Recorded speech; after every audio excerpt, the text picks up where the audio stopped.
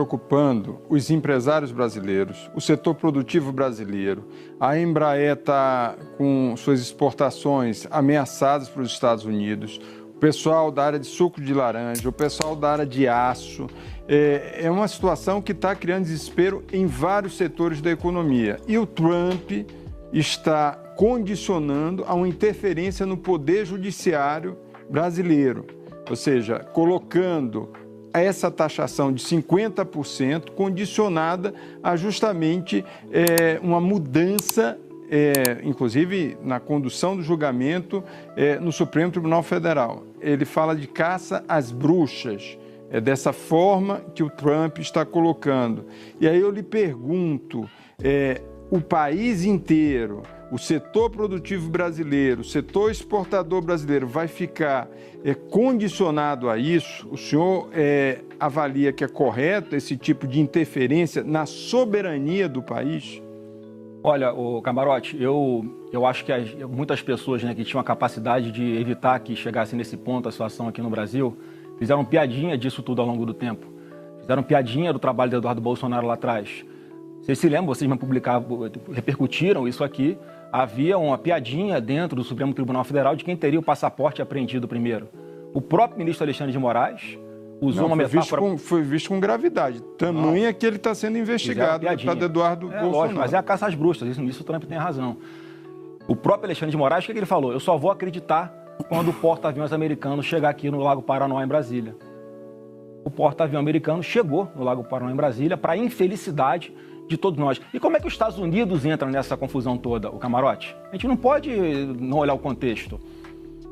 O próprio Alexandre de Moraes, ele deteu o hoje braço direito do Trump, chamado Jason Miller, dono daquela rede Getter, no aeroporto internacional, quando ele estava voltando para os Estados Unidos. Ele bloqueia as contas da Starlink para aplicar uma punição ao então Twitter para poder chegar em Elon Musk, que é investigado no inquérito da fake news, que está aberto há 6 anos nesse Brasil. Está tudo errado. O que começa errado vai terminar errado. E qual que é a minha grande preocupação, qual é o grande problema que eu vejo nisso tudo? Que o Brasil, no fim das contas, não vai ter condições de negociar. É o que o Otávio estava me perguntando, Otávio. Mas aí o senhor está justificando, Estou justificando, mas é a realidade. A gente tem que encarar a realidade, Camargo, do jeito que ela é. A interferência de um outro país num poder aqui do país com retaliação. Eu estou encarando a realidade, Camarote. A realidade hoje é a seguinte, isso me preocupa demais.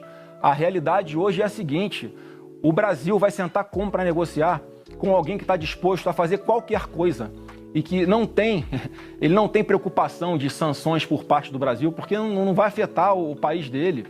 Essa é a minha preocupação. Hoje nós estamos vivendo o dia do luto.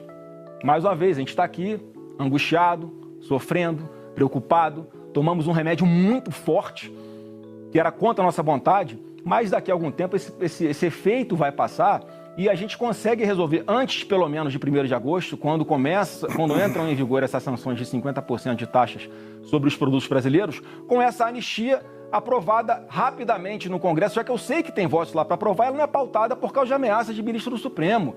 A gente não pode fingir que a nossa democracia está normal. Então não é, Júlia, respondendo a sua pergunta inicial também. Então vocês estão defendendo, vocês estão aceitando o Brasil se sucumbir à ameaça que Trump está fazendo ao país. Esse é o ponto, Júlia. Assim, se derem anistia, tudo bem. Então, a gente tira os 50% de taxação.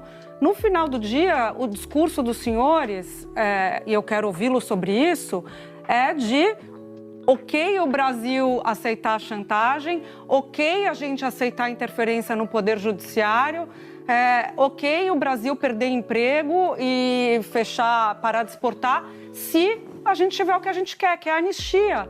Quer dizer, de novo, a gente volta para a mesma discussão. É a defesa de um interesse de um grupo político em troca do interesse maior do Brasil.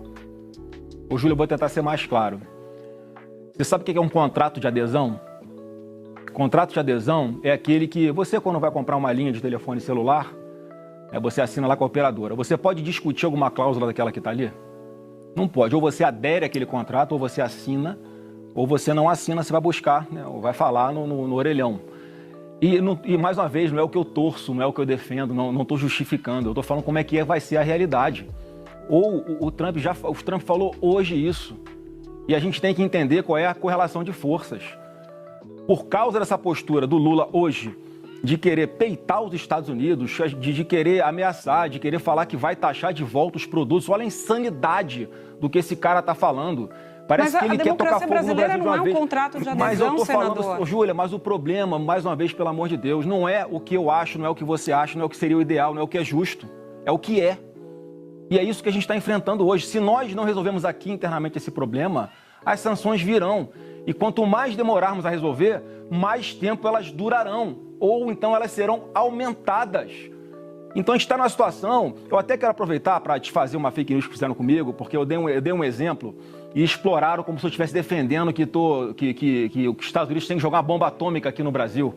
Né? Pegaram um recorte do que eu falei. Eu estava dando o exemplo de um país mais fraco, que estava em guerra com os Estados Unidos, que era o Japão, quando eu falei das 2 bombas atômicas, em que não adiantou nada você não se render antes, tá? Que é isso que vai acontecer no final das contas com o Brasil. E não falo mais uma vez, não falo isso com felicidade, com orgulho, não.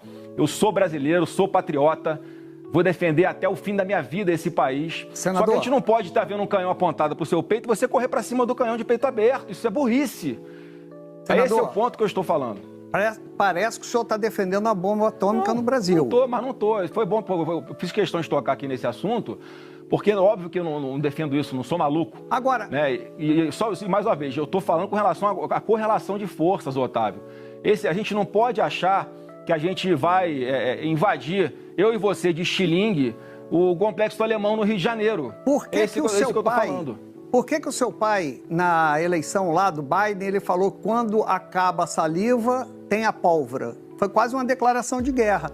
O que mudou no poderio? Ele não tinha medo? Não existia esse temor? Aliás, falar em declaração dos seus pais, senador, os senhores acusam Lula de anti-americanismo, a esquerda de anti-americanismo. Eu vou ler algumas declarações do seu pai enquanto deputado. Ele dizia o seguinte, ele foi numa viagem à Amazônia e disse assim, chegou a meu conhecimento que um capitão norte-americano que faz parte do 8º Grupamento das Forças Especiais dos Estados Unidos, de nome Robert Cody, está na Amazônia porque claramente há interesse norte-americano em internacionalizar a Amazônia. Então, ele está acusando os Estados Unidos de infiltrar um oficial para internacionalizar a Amazônia.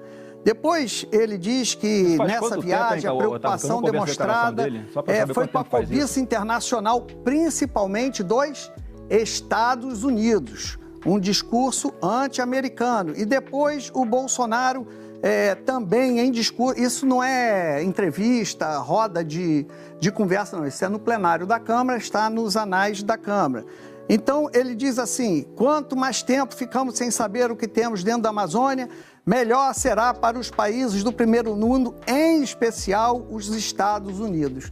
Então, ele acusa os Estados Unidos de tentar roubar a Amazônia do Brasil, vê os Estados Unidos como inimigo. Então, por que houve essa mudança de um país ameaçador para um país no qual nós devemos baixar a cabeça e cumprir o que Trump quer? Olha, Otávio, você sabe de que época foi isso mais ou menos, só para saber qual era o contexto disso? Que ano foi isso? Faz 30 anos isso? 25? Só para ter uma ideia. Em que contexto isso aconteceu? O contexto, ele foi uma viagem, ele foi convidado para uma viagem para a Amazônia. E chegou na Câmara e denunciou essa infiltração de um oficial americano, um discurso anti-americano, que vocês acusam Lula de fazer. Não, você está distorcendo as coisas, desculpa, Otávio.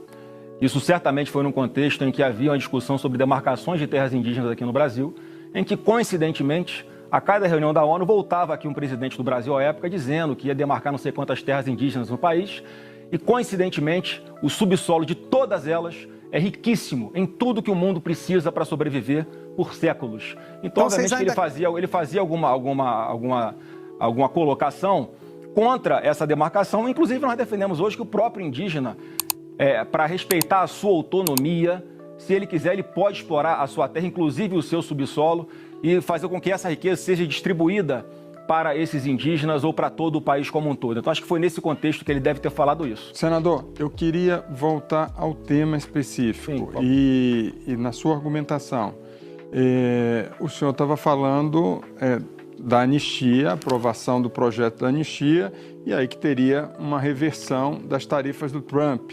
O senhor está sugerindo exatamente uma troca? Seria isso, trocar a taxação pela anistia, pelo Congresso Nacional?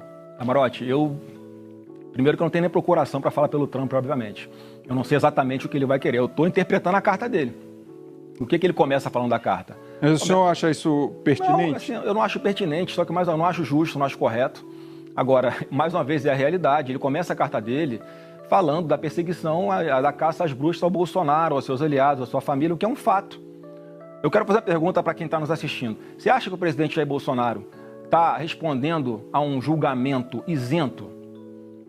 Sendo julgado por Alexandre de Moraes depois de tudo que ele fez, sendo julgado por Flávio Dino, que é a pessoa que já declaradamente é inimiga de Bolsonaro, falou que o Bolsonaro é o demônio em pessoa, ou pelo próprio Zanin, que ontem estava defendendo o seu cliente Lula, exatamente do que ele dizia que eram perseguições contra o seu cliente, inclusive aqui em 2018, ou 16 ou 17, Camarote, ele fala que está buscando mecanismos internacionais porque não há mais remédio que seja suficiente aqui para cessar o ataque aos direitos humanos do seu cliente.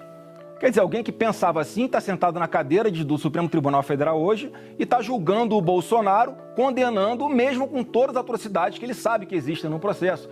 Então, assim, esse é um julgamento injusto. Se o Bolsonaro tivesse com 3% nas pesquisas, não tinha ninguém falando de Bolsonaro. Agora, como ele está liderando e todos sabem que se ele estiver nas urnas no próximo ano, ele será o próximo presidente do Brasil, há essa preocupação toda. Eu só quero aqui aproveitar o espaço para falar que não tem que ter medo de Bolsonaro, tem que respeitá-lo e respeitar o eleitor de escolha quem ele quiser para comandar o nosso Brasil. É justamente um setor importante de quem votou no ex-presidente Jair Bolsonaro, poderia citar o agronegócio, o setor produtivo. São esses setores que estão sendo atingidos com essa taxação brutal, desproporcional e tem, como o senhor mesmo admite, um viés político, não tem uma lógica econômica por trás dessa taxação. Como é que o senhor responde para esses segmentos que apoiaram maciçamente a eleição em 2018 do ex-presidente Jair Bolsonaro e a tentativa de reeleição em 2022? Eu respondo, Camarote, que obviamente que eu acho que é injusto. É injusto. Agora, mais uma vez, a gente tem que resolver. E quanto antes nós resolvermos, melhor. Por isso nós temos até o dia 1º de agosto para aprovar, para começar alguma coisa, para começar a sinalizar de que o Brasil está disposto a voltar à normalidade. Porque eu me coloco muito, Camarote, no lugar das pessoas. Eu fico imaginando o que está passando na cabeça do Trump nessa hora. Ele deve olhar para a América Latina e ver o que está acontecendo na Venezuela. Deve pensar assim, eu vou esperar chegar nesse ponto para depois impor sanções às empresas brasileiras ou tentar fazer alguma coisa para que a democracia ali prevaleça, porque ali vai ser mais um bunker do meu concorrente mundial, que é a China. É isso que passa na cabeça dele. Então, se nós estamos aqui nesse momento discutindo como é que sai dessa enrascada, eu estou falando qual é o caminho. A gente sai dessa enrascada voltando o Brasil à normalidade. Para começar, eu estou dizendo aqui bem claro, para começar, eu imagino que é isso, que vai ser um gesto importante, é aprovar uma anistia ampla, geral e irrestrita, já que na carta dele ele fala claramente que é uma caça às bruxas a Bolsonaro. Então vamos acabar com a caça às bruxas ao Bolsonaro, que é o que a gente já tinha que fazer, independente de pressão externa, que todo mundo está fingindo que nós estamos numa democracia plena e só porque é contra o Bolsonaro pode. Vamos fazer um exercício aqui, Camarote? Pega esse processo do Bolsonaro e bota na capa Michel Temer. Já está todo mundo reagindo assim? Pega esse processo do Bolsonaro e bota na capa Luiz Inácio Lula da Silva. Senador, o argumento que vocês usam agora era o mesmo que foi usado lá atrás. Inclusive, o pai do senhor usa a expressão lawfare, que foi criada pelo advogado do presidente Lula à época que ele respondia. O senhor coloca acusações muito graves contra o STF, fala do julgamento pelo qual o pai do senhor está passando, é um julgamento coletivo, não é só feito pelo ministro Alexandre de Moraes, está na primeira turma, tem outros 4 ministros analisando a questão e mais. Ainda eu não consegui entender a argumentação do senhor de que, no limite, ela aceita a chantagem em troca do benefício no Poder Judiciário, pelo Poder Judiciário, ainda mais pedindo para o Executivo fazer uma interferência indevida no Poder Judiciário. Ô, Júlia, a PGR acabou de arquivar. A democracia brasileira, só para finalizar, senador, eu passo a bola para o senhor. A democracia brasileira é uma democracia funcional. Ela tem separação de poderes. O julgamento do pai do senhor tem sido feito por uma lei que foi sancionada por ele, uma lei de defesa do Estado Democrático de Direito, que foi aprovada pelo Congresso Nacional, sancionada por ele, então presidente, e agora aplicada por judiciário. Não cabe aqui nenhuma comparação com a Venezuela. Cabe total, Júlia. Você acabou de dar um exemplo. Né? Se ele quisesse dar golpe, se ele quisesse fazer um atentado contra a democracia, ele ia aprovar, ele ia sancionar uma lei que ele depois seria punido por ela? É mais uma prova do ânimo dele de nunca ter pensado em fazer isso. Uma delação do Cid que foi feita sob ameaça. E o Cid fala na super live do Supremo, lá nos depoimentos, quando ele fala que nunca foi tratado de 8 de janeiro, em lugar nenhum, isso passa ao vazio. Quer dizer, a palavra dele vale para uma coisa e não vale para outra. Isso desmorona a tese da PGR, que diz que a cereja do bolo é o 8 de janeiro. Eles não conseguem vincular Bolsonaro ao 8 de janeiro. E essa mesma PGR, Júlia, que eu vou chegar onde você perguntou sobre lawfare, essa mesma PGR que acabou de arquivar um pedido de investigação sobre o Carlos Lupe, que era o ministro do maior escândalo de corrupção dos aposentados do nosso país. É assim, ó, a toque de caixa. Essa mesmo Ministério Público que abre processo contra o Bolsonaro por causa de baleia, que autoriza fazer uma busca e apreensão na casa do ex-presidente da República para ir atrás de cartão de vacina. Então, assim, é óbvio que há uma perseguição e as pessoas não querem enxergar. Ele está sendo julgado por quem? Ô, Júlia, todos dão como certa a condenação dele, não é pelo que está no processo. Senão ele saía daquela última oitiva absolvido, livre, leve e solto. Todo mundo dá como certa a sua condenação por causa dos ministros que vão julgar. É o que eu estou falando aqui. A gente não pode fingir que isso está normal, que está tudo bem, que o país está na democracia plena, porque não está essa realidade. Doa quem doer. Pode ficar com raiva do que eu estou falando, eu só estou falando a verdade. Senador, e todo mundo, no fundo, sabe disso. Essa estratégia da família Bolsonaro, inclusive com o Eduardo Bolsonaro lá nos Estados Unidos, tem dado uma sobrevida e um fôlego ao presidente Lula, justamente por essa percepção de que existe um movimento em que está prejudicando o país como um todo. E por uma questão individualizada, ao invés de se resolver através da justiça.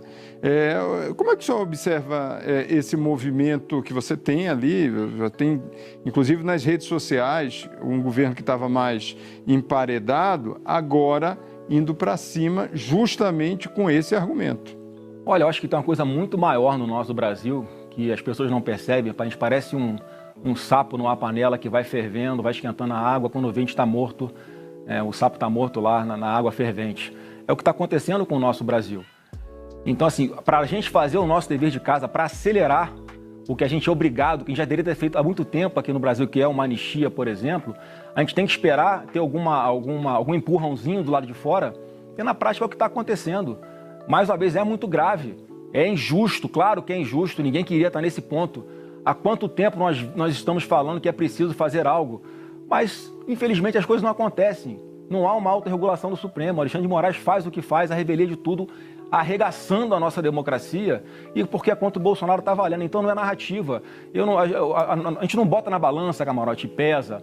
O que vai dar voto, vou fazer. O que não vai dar voto, não vou fazer.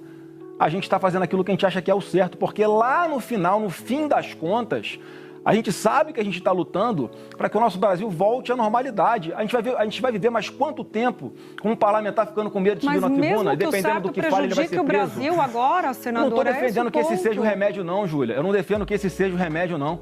Inclusive o Eduardo estava lá trabalhando, mais uma vez, e nós aqui entendendo que era por uma sanção pela lei Magnitsky ao Alexandre de Moraes. Mas ele disse que era corretíssima a decisão do Trump. E quem decide qual vai ser a sanção, o que faz e o que não faz é o Trump. Mais uma vez, agora o avião já decolou. A gente tem que fazer alguma coisa para que esse sofrimento não se alongue, não se prolongue.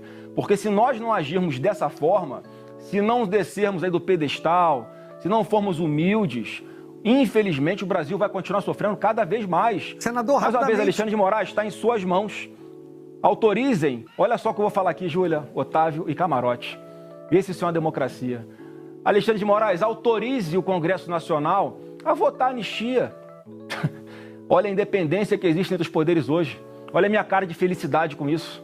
A gente não pode continuar vivendo desse jeito no Brasil, gente. Até pela liberdade de imprensa. Pelo amor de Deus, onde é que isso vai parar?